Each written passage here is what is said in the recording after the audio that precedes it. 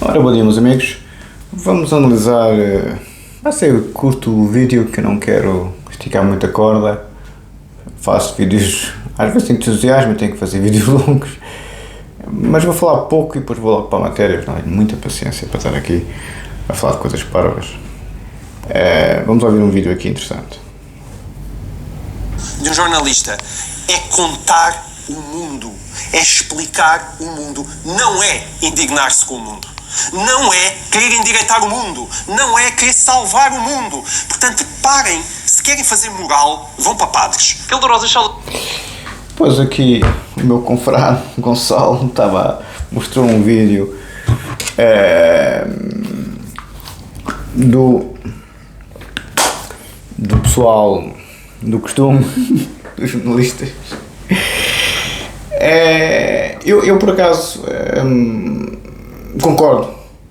concordo com este raciocínio, que eu tenho insistido muito aqui com toda a gente, que a moral é perigosíssima. Isso é o discurso da Igreja Católica, do cristianismo, das igrejas, dos cultos, das pessoas muito limitadas que usam moral para acusar os outros de não fazer as coisas que eles querem que os outros façam. E todos os estoicos e até os filósofos iluministas eram unânimes em dizer que as pessoas que mais acusam moralmente os outros são os maiores pecadores, como é evidente. Os cobradores de fracos, os inquisidores, o pessoal do costume, não é? Eu vou ser sincero, eu concordo plenamente com este raciocínio, se querem endireitar, porque a função do jornalista, não sei se ouviram o princípio do raciocínio, a função do jornalista é realmente uma descrição dos factos, é uma grafia, é uma descrição dos factos que acontece na vida, no mundo real. Aliás, o Silvio Santos, que morreu há pouco tempo, despediu uma jornalista em plena televisão, em direto, porque ele disse: não, eu contratei para você ser jornalista, não é para dar opiniões. Ah, não, você contratou-me para dar opiniões. Não contratei para ser jornalista, não para dar opiniões. Contratei pela sua beleza, que o Silvio Santos era fresco para as garotas. Contratei pela sua beleza e para você ser jornalista, para fazer jornalismo, não para dar opiniões. E despediu-a em direto na televisão, porque, ó filha, eu estou aqui para dar, não é para dar a tua opinião, é para fazer jornalismo, é fazer perguntas de forma neutra e objetiva, coisa que não se vê nada nas madames e nos arco-íris que povoam o jornalismo nos dias de hoje. Nada. Eu tenho evitado ir para esses assuntos, já não me quero me chatear, já estou farto até os olhos dessa merda, mas sim, quando se mete este pessoal com voz, pois, porque é que os senhores acham que as religiões sempre foram tão duras com o feminino e com o pessoal arco-íris? Porque é que os senhores acham? Porque é que os senhores acham que durante toda a história da humanidade o feminino e o arco-íris nunca dominou? Porque é que os senhores acham isso, não é? Pois, essa que é a questão. Porque é que existe tanta violência doméstica nos países desenvolvidos? Não é? Porque é que existe tanto problema, não é? Desde que existe a moderna liberdade para estas dinâmicas. Sim, não digo que tivesse que ser como nos anos 50, aqueles maluquinhos a bater nas mulheres e a andar a perseguir o pessoal arco-íris e tal, em 80, não é? Mas foi de um extremo ao outro. Aí é a única coisa que eu concordo com a extrema-direita. A extrema-direita fala em relação aos arguidos, não em relação ao pessoal arco-íris, interessantemente, mas pois, com certeza querem ser libertários, pois, como eu os compreendo, como sempre, o Império Romano gosta muito disso. E não, onde está o extremo é na dinâmica do feminino do X arco-íris, claro. Ou seja, hoje em dia os superpoderes estão aí. Não é o coitado dos arguidos, que sempre foram tratados abaixo de cão e continuam a ser tratados abaixo de cão, apesar da lei estar muito melhor e estar, obviamente, a tentar que os arguidos não sejam cães. Claro que os senhores, com a limitação habitual,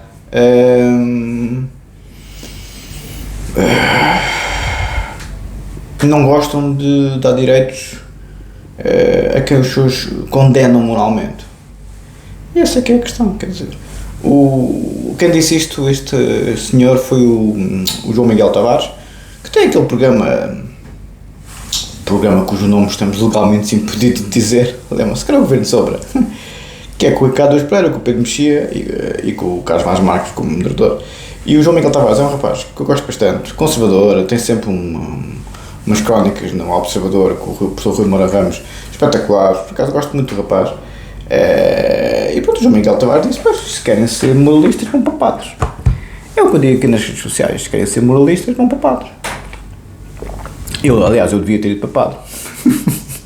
Eu devia ter ido para padre, porque eu tenho se não fosse a minha dependência com o feminino, que infelizmente é muito triste, a minha dependência com o feminino é o meu pior defeito. O meu pior defeito não é a minha arrogância, o meu pior defeito é a dependência pelo feminino. Tenho uma pena de ter essa dependência, isso lá com esses embrulhos. Enfim. Bom, vamos para a tese, não tenho muito a dizer, para o vídeo não ser muito longo, senão depois começa a entusiasmar-me e tal, mas o quê. Eu vou ser sincero, é verdade, a política trouxe uma camada de beatos com moralismos, baseados ou na religião ou em éticas pessoais de grande fanatismo, e depois o que é que eles fazem? O que sempre foi feito em nome da moral. Escavacar os outros todos, seja nas prisões, seja em assassinatos de caráter, seja em assassinatos físicos, o que sempre a moral fez durante toda a história da humanidade. Em nome da moral, aliás, foi em nome da moral que mais se matou e esfolou na humanidade inteira, foi sempre em nome da moral. Normalmente é uma moral religiosa, mas muitas vezes também morais. Os crimes de honra nos dias de hoje, ainda hoje nos países desenvolvidos, existem. E obviamente nos países subdesenvolvidos, Nossa Senhora de Fátima, os senhores vão à Índia e Jesus é uma taxa imensa de crimes de honra, tudo a ver com moral familiar, baseado em códigos de conduta familiares. Não sei se eu estou a ver, não é que a gente está a regredir à barbárie medieval com o moralismo da Inquisição, que era a pior de todas, como é evidente. Mas olhem que hoje em dia eu vejo aí uns a quererem revivar a Inquisição. Bom, vamos para a matéria. Eu tinha ficado no acordo da Sra. Juiz Desembargadora Ana Sebastião, se não me falha a memória, exatamente, que eu estava a começar a ler, que eu não concordo com isto, acordam, mas já vos vou ler, estava a começar a ler justamente o acórdão da Sra. Juiz. Diz a Sra. Juiz o seguinte: há quem diga Sra. Juíza e Sra. Juiz. Eu acho que é mais correto Sra. Juiz, Senhora Doutora Juiz. Há quem diga Sra. Juíza. É uma certa redundância, porque já colocaram o género doutora antes do juiz, porque o juiz de certa forma é um termo que não tem género, mas obviamente que o pessoal do costume aqui del Rei, pronto, o habitual, já nem vale a pena falar sobre isso, que é tão estúpido que pronto, está bem. Diz a Sra. Juiz: tendo sido requisitado ao INML, ou seja, Instituto Nacional de Medicina Legal, a realização de exame às faculdades mentais do arguido, do respectivo relatório consta que aquele não é portador de doença mental. Não é portador de doença mental, que o iniba de avaliar os seus atos e se determinar de acordo com essa avaliação, o famoso artigo 20 do Código Penal, não é? Apresentando na altura dos fatos capacidade para avaliar o grau de licitude das suas ações e de se determinar por essa avaliação. Ou seja, plena consciência dos seus atos, não é? Sobressaindo ainda uma organização da sua personalidade de tipo provavelmente borderline, a tal perturbação de estado limite, que são as 4 grandes perturbações da personalidade do cluster B, da DSM-5, há mais que 4 perturbações da personalidade na DSM-5, mas as clássicas do famoso cluster B são a perturbação de estado limite da personalidade, que é a perturbação borderline, a perturbação antissocial da personalidade, os famosos psicopatas, a perturbação narcísica da personalidade e a perturbação histriónica da personalidade. Então, com dificuldade, diz aqui o Sr. Doutor Juiz, com dificuldade de controle dos impulsos agressivos, sim, muito típico nos borderlines, muito típico, e por vezes descompensações psicóticas breves, que já é mais raro nos borderlines, que motivam internamente em psiquiatria. É muito usual o feminino, o borderline, o registro histriónico, o registro borderline é muito usual no feminino, e o registro psicopático e o registro narcísico que é muito usual no masculino. Está bem dividida a coisa. E por vezes descompensações psicóticas breves que motivam internamentos em psiquiatria, concluído que os fatos descritos na acusação não estão relacionados com a patologia que o examinado apresenta, ou seja, não é por pessoas terem uma patologia mental documentada, até por psiquiatria, no prévio ao facto, prévio ao crime, no tribunal, que os pessoas estão inibidos, ou estão eximidos de responsabilidade jurídica penal. Pelo contrário, vai haver aqui um código que o juiz diz que ainda é mais censurável a pessoa que conhece o seu mal e não trata dele, a falar de um médico que cometeu um homicídio qualificado. O Aristóteles dizia o mesmo. É também de rejeitar por manifestamente improcedente o recurso interposto do acórdão condenatório, já que, contrariamente ao invocado pelo arguido, não foi violado o artigo 20, número 1 do Código Penal, pois, não obstante o mesmo haja sido declarado inimputável num outro processo espetacular, esta pessoa foi declarada inimputável noutro processo judicial, mas neste não foi. Ou seja, as pessoas podem ser consideradas inimputáveis num processo e imputáveis noutro.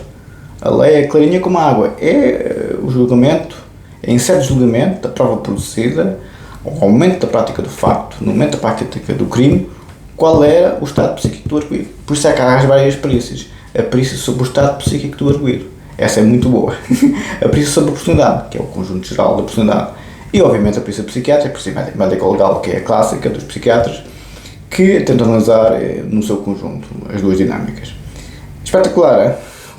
Ele tinha sido declarado inimputável no outro processo. Hein? O valor e a eficácia de tal declaração circunscrevem-se ao facto, ou factos, objeto desse mesmo processo. O resultado da prova produzida em sede de julgamento. A prova produzida tem que ser cognoscível, tem que se apresentar a cognoscibilidade do julgador. Ou seja, o julgador, o seu doutor juiz, ou a sua doutora juiz, para não oferecer atividades, coitadinhas das meninas, tem que ver, ipso facto, de facto, em sede de julgamento, em sede de audiência, e depois de iure vai decidir. Os senhores não percebem da tipa, não.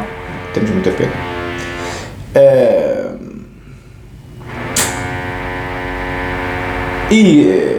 Resultando da prova produzida e exaustivamente examinada no aresto posto em causa, que não padecia, e aqui eu sublinho, que não padecia o recorrente no momento da prática dos factos de qualquer anomalia psíquica que haja afetado as suas faculdades de entendimento, discernimento e avaliação dos seus atos, nenhuma dúvida existindo quando à sua imputabilidade, diz a sua doutora juiz. Ou seja, tinha sido considerado inimputável no outro processo, mas neste foi considerado completamente imputável e disse não há nenhumas dúvidas sobre isso, porque tem uma perturbação da personalidade, ou seja, os juízes, e não só, são só os juízes portugueses, só os italianos é que alteraram a coisa. A grande tradição jurisprudencial em relação às perturbações da personalidade é sempre considerá-los imputáveis e sempre mandá-los para a cadeia não inimputáveis e mandá-los para um hospital psiquiátrico, porque não é uma perturbação psiquiátrica. Entendem? Mesmo aqui, como se declarou no acordo, isto é uma juíza desembargadora. Não estamos a falar do Canquinha Fonseca Perfeitos, não estamos a falar dos gotos de chugos, a xaxaria pedreira, guardas alcoólicas. Estamos a falar de jurisprudência, das decisões dos tribunais superiores, dos juízes desembargadores e dos juízes conselheiros. Esta é a minha gente. Não estamos a falar aqui dos maluquinhos, moralistas padres, como agora aqui acabou de dizer este rapaz que eu gosto tanto. Mas pronto, se eles acham que têm razão, à vontade, vão para a igreja, abrem um cultozinho, a igreja Maná, a igreja da Iurde, a igreja cientológica. A cientologia, quando apareceu, a primeira coisa que perguntaram lá ao maluquinho, ao Howard, que criou a porcaria do culto, que o Tom Cruise e o John Travolta pertencem, foi: mas isso é psicanálise? Olha, há uma vez, psicanálise, isto, aquilo, aquilo. Estavam a comprar a cientologia à psicanálise, vocês estão a ver. Claro que a psicanálise tem um bocadinho mais estatuto que esses maluquinhos. Esses maluquinhos que são riquíssimos, mas enfim. Ora, processo 370408, quinta secção, relatora, desembargadora Ana Sebastião, seu juiz. E eu, pois, acrescento aqui com uma nota muito longa, que não sei se não vou conseguir ler a toda. Vou ler só um bocadinho se o vídeo fica muito longo, tenho que partir vários vídeos. Vou ler um bocadinho, vou dar só aqui um beijinho e depois faço um vídeo mais longo já com a nota. Porque senão fica muito longo. E os senhores não veem, é que eu estou a falar para o boneco. São vídeos muito longos, eu só quando me esqueço e começo a desenvolver é que deixo de fazer muito longo às vezes. Sublinhamos novamente, e vai ser curta, vou só dizer um bocadinho. Sublinhamos novamente e reforçando o nosso argumento, ainda com uma forçosa repetição e alguns novos elementos para situar o raciocínio. Esta é a minha nota de rodapé em relação a este acórdão, ok? Que o propósito subjacente à opção pelo conceito aberto de anomalia psíquica, falei-vos ontem da determinação e indeterminação da norma, lembram-se? Dos 3 requisitos do princípio da legalidade criminal, o artigo 1º do Código Penal, os 3, o princípio da tipicidade, da determinação e por aí adiante, a proibição da analogia, a não retroatividade da lei menos favorável, essa coisa toda, lembram-se? Depois o professor Germano Marques da Silva unia sob o princípio da tipicidade, lembram-se? Que era o princípio da analogia, o princípio da retroatividade da lei menos favorável, uniam-se, a determinidade e o princípio da analogia uniu-se no princípio da tipicidade. A retroatividade da lei menos favorável é que não se une no princípio da tipicidade. Lembra-se que temos falado sobre isso em relação ao princípio da legalidade criminal do artigo 1º do Código Penal, lembram-se? E também está no artigo 29 da Constituição e por aí adiante. Lembram-se disso? Não. Eu tenho isto tudo na cabeça, quer dizer, eu adoro isto, e aqui o conceito aberto da anomalia psíquica é a determinação ou indeterminação da norma, a densificação da norma. É isso que se quer dizer com determinação ou indeterminação. E o professor Figueiredo Dias diz que o princípio da legalidade tem 3 corolários principais. A exigência de determinabilidade é a primeira. Determinação, essa norma é aberta ou fechada, densificada ou não. Ok? Mas as guardas é que sabem. Tem a ver todas. O propósito subjacente da opção pelo conceito aberto da anomalia psíquica foi concretizado nos termos perspectivados por Eduardo Correia em 1963, no seu projeto, que se tornou letra da lei com o Código Penal de 1982, o tal que só foi entrou em vigor em 1 de janeiro de 1983, depois da revisão constitucional que finalmente instituiu o Tribunal Constitucional substituir o conceito da confusão, e o Código Penal também entrou em vigor, porque tínhamos o Código Penal de 1886, foram quase 100 anos com o mesmo Código Penal. Impressionante. 96 anos com o mesmo Código Penal. Sim senhor, o Salazar era muito progressista, era sim senhor. O qual nada alterou em matéria de inaputabilidade em razão da anomalia psíquica, o artigo 20 do Código Penal, em termos normativos, em relação ao que estava plasmado no projeto. A não ser, como refere Pizarro de Almeida, o Dr. Alexandre disse-me que a professora Pizarro de Almeida já deixou estas coisas da inaputabilidade. Era uma professora. A professora Maria João Antunes queixou-se a mim que a professora Pizarro de Almeida tinha, enfim, ou parece plagiado algumas coisas dela, fico muito irritado, ou copiado. Não sei se foi por causa disso que deixou estas águas, porque a gente conhece todos uns aos outros já.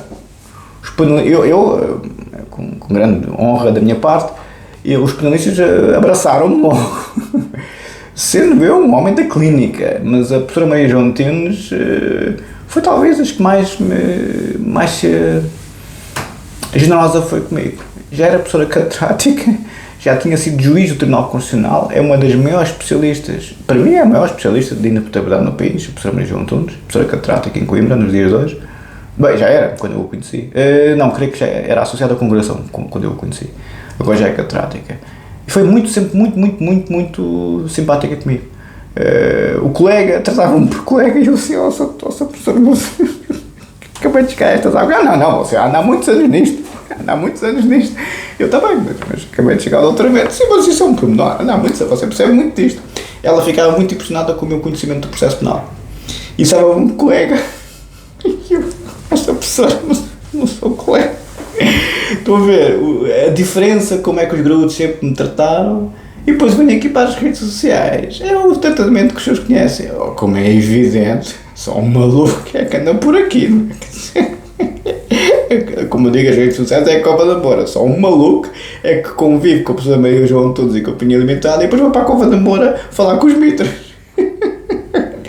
Que é o que eu sinto aqui nas redes sociais. Eu falo com a pessoa Maria João Antunes que me trata por colega. Hoje em dia já que a trata e na altura já tinha sido juiz do Tribunal Constitucional e a maior especialista, ela gostava muito de mim, eu gosto muito da senhora professora. Um grande beijinho para si, senhora professora, não sei se vê os vídeos, mas se vir, com certeza se recorda de mim. Também pertence ao grupo de pessoas de Direito e Processo Penal, Jorge Figueiredo Dias, a professora. E então mudou estas favoradas à professora Pizarro de Almeida, se calhar foi verdade, não sei, mas para concluir, diz a professora Pizarro de Almeida, que é da FDL, onde o Dr. Alexandre foi, obviamente, doutorado. O número 3 do artigo 20 não estava previsto no projeto, é verdade, nem surgiu em qualquer das suas revisões, mas apenas na redação final de 1982. Isto não significa necessariamente que a situação aí contemplada estivesse ausente do espírito legislador, o famoso espírito legislador. De onde é que isto veio? L'esprit des lois, o espírito das leis do famoso Montesquieu, Charles-Louis de Saint-Condé, Baron de Montesquieu, que criou o Estado de Direito. Foi ele que dividiu o poder judicial, o poder executivo e o poder legislativo. Foi ele que dividiu os três poderes. O rei não iria ter os três poderes como era antigamente.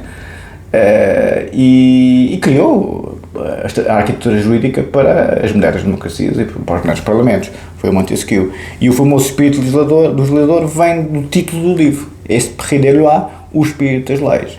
Diz a professora Pizarro de Almeida, e com isto concluo, e depois vou continuar no próximo vídeo, que isto é muito longo até esta nota.